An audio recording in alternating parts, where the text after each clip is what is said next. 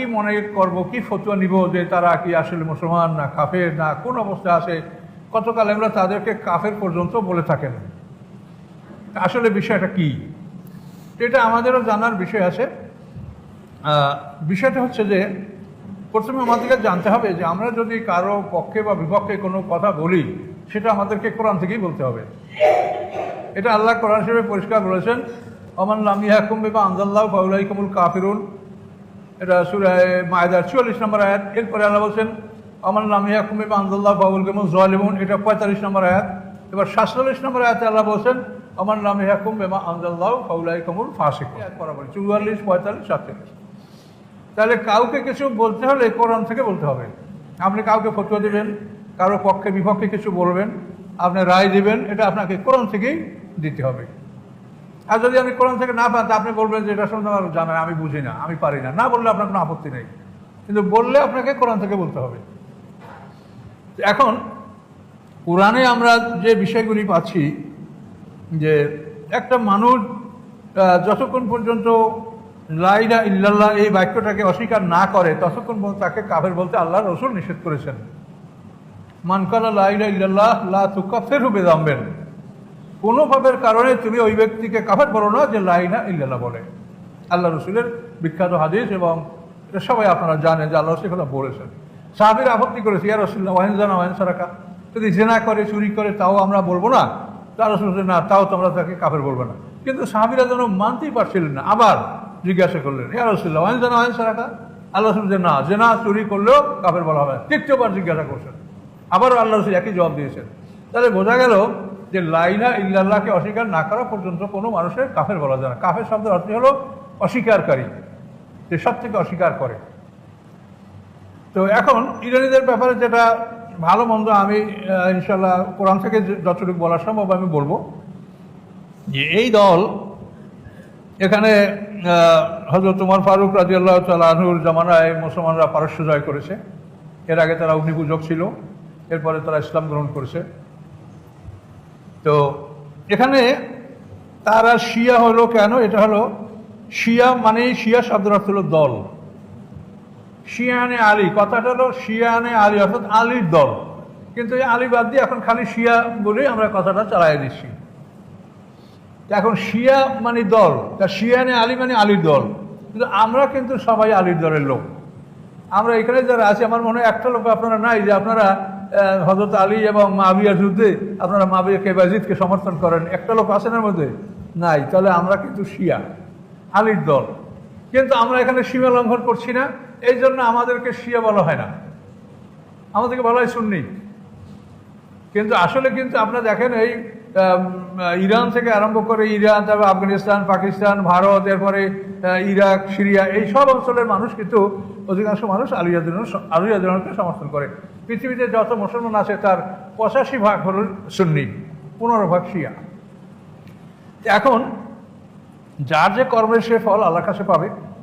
আমরা পারি কাউকে বুঝাতে, পরামর্শ দিতে, কিন্তু জোর করে কারো উপরে কিছু করা যাবে না, সেটা আল্লাহ বলে দিয়েছেন যে আল ফিতনা তো আসাদু মিনাল কাতলে। এই ফিতনা শব্দের অর্থ প্রোজিলাইটেশন, অর্থাৎ কোনো মানুষের উপরে জোরপূর্বক একটা মতবাদ চাপিয়ে দেওয়া। যে যা করবে না আপনি জোর করবেন, বাধ্য করবেন তাকে করতে, না করলে আপনি পিটাবেন, শাস্তি দেবেন, বন্দি করবেন, জেল দিবেন। এটা হলো প্রোজিলাইটেশন বা ফিতনা, জোরপূর্বক মতবাদ চাপিয়ে দেওয়া। এটা জায়েজ নাই। কাজে আপনি কাউকে পরামর্শ দিতে পারেন। তো ইরানিদের ব্যাপারে আমরা অনুসন্ধান করলে পাবো যে তারা লা ইলাহা ইল্লাল্লাহ এই কলেমাকে অস্বীকার করে না, মুহাম্মদ রাসূলুল্লাহ সাল্লাল্লাহু আলাইহি ওয়াসাল্লাম শেষ নবী তাও অস্বীকার করে না, এবং এই যে তাদের মানে মৌলিক বিষয়টা, আল্লাহকে বিশ্বাস করা, রাসূল সাল্লাল্লাহু আলাইহি ওয়াসাল্লামকে বিশ্বাস করা, এই মৌলিক বিশ্বাসটা কিন্তু তাদের মধ্যে আছে। কিন্তু তাদের মধ্যে আমাদের থেকে ব্যবধান হলো এখানে যে তারা মনে করেন আল্লাহ রসুলের ইন্তেকালের পরে হযরত আলী রাদিয়াল্লাহু তাআলা আনহুকে অন্যান্য মুসলমানরা তাকে বঞ্চিত করিয়া আবু বকর সিদ্দিককে খলিফা নির্বাচন করেছে। আর এখানে যার পক্ষের কথা সে বলে, আল্লাহ রসুল ইন্তেকাল করার পরে তিনি সোমবার ইন্তেকাল করেছেন, আল্লাহ রসুলকে বুধবার দাফন করা হয়েছে। এই সময়টা বেশি সময়টা লেগেছে বিভিন্ন কারণে, যে আল্লাহ রসুল ইন্তেকালের পরে নবী রসুলদেরকে যেখানে ইন্তেকাল করেন ওখানেই দাফন করতে হয়, ওখান থেকে হটানো যায় না। কাজে ওই জায়গায় আয়েশা সিদ্দিকের একটা কক্ষ তো এই কক্ষে আল্লাহ রসুলের জন্য লহদ কবর খোঁড়া এবং তার গোসলের ব্যবস্থা, জানাজার ব্যবস্থা, জানাজার জন্য আল্লাহ রসুলকে ওই কামরা থেকে বের করা হয়নি। দশজন করে লোক ঢুকছে এবং গোল হয়ে দাঁড়িয়েছে। হযরত আলী রাদিয়াল্লাহু বলছেন এই দোয়াগুলো আপনারা পড়েন। এই দোয়াগুলি পড়ে তারা জানাজায়, সমস্ত সাহাবীরা জানাজায় অংশগ্রহণ করেছেন। কিন্তু তার মধ্যে আল্লাহ রসুলের নবী পরিবার যারা, তারা প্রথমে পাইছে ইসা রসুলের আত্মীয় স্বজন যারা, তারা, এরপরে মুহাজির যারা, তারা আনসার, এভাবে দশজন করিয়া এই জানাজার নামাজে অংশগ্রহণ অনেক সময় পার হয়, যার জন্য আল্লাহ রসুলকে বুধবারে কবরস্থ করা হয়েছে। তো এই সময়ের মধ্যেই কিন্তু আল্লাহ রসুলের ইন্তেকালের পরের দিনই কিন্তু হযরত আবু বকর সিদ্দিক রাদিয়াল্লাহু তাআলা আনহুর খেলাফতের বিষয়টা এটা সাব্যস্ত হয়ে গেছে। মানে সাহাবায়ে কেরামদের কোনো কাজ নাই, ওই ঘরে অল্প কয়েকজন লোক ঢুকতে পারে যারা এই কাজগুলি করেছে।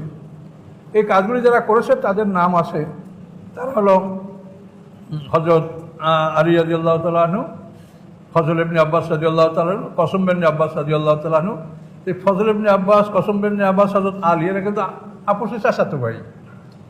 আলী রাদিয়াল্লাহু পিতা হলো আবু তালিব, আর আব্বাস হলো আল্লাহ রাসূলের ছোট চাচা। তাহলে ফজল ইবনে আব্বাস, কসম বিন আব্বাস দুজন চাচা, আলী রাদিয়াল্লাহু চাচাতো ভাই জামাই। আর দুজন হলো আওস ইবনে খুরি আর সাকরান রাদিয়াল্লাহু তাআলা আনহু। এই দুইজন লোক আনসার গোত্রের। এই পাঁচজন লোকে আল্লাহ রসুলের দাফন কাফন, গোসল করা, তাকে কবরস্থ করা, এগুলি তারা করেছেন। তবে এর মধ্যে কোনো বর্ণনায় একটু কম বেশিও আছে, কোনো বর্ণনায় এর সাথে আরও মানে দুই একজন সাহাবীর নাম আসে যে আরও দুই একজন থাকতে পারে, অবশ্যই থাকতে পারে, এটা বলা যায় না। এই পাঁচজনের নামটা বিখ্যাত। তো আল্লাহ রসুলকে কবর রাখার পরে কসম বিন আব্বাস রাদিয়াল্লাহু তাআলা আনহু, যে আল্লাহ রসুলের চাচাতো ভাই, তিনি আল্লাহ রসুলের কবরের মধ্যে শুয়ে পড়েছিলেন যে আমি আল্লাহ রসুলকে কবর রেখে আমি পৃথিবীতে বিচরণ করতে পারবো না, তোমরা আমাকে এই অবস্থায় দাফন করে দাও। তাকে কবর থেকে জোর করে টেনে বের করা হয়েছে, কসম বিন আব্বাস। এবং ওনার সম্পর্কে হাদিস আছে আল্লাহ রসুলের, আল্লাহ রসুল বলেছেন আশবাহুন নাসি বি খলকানা খুলুকান কসম বিন আব্বাস।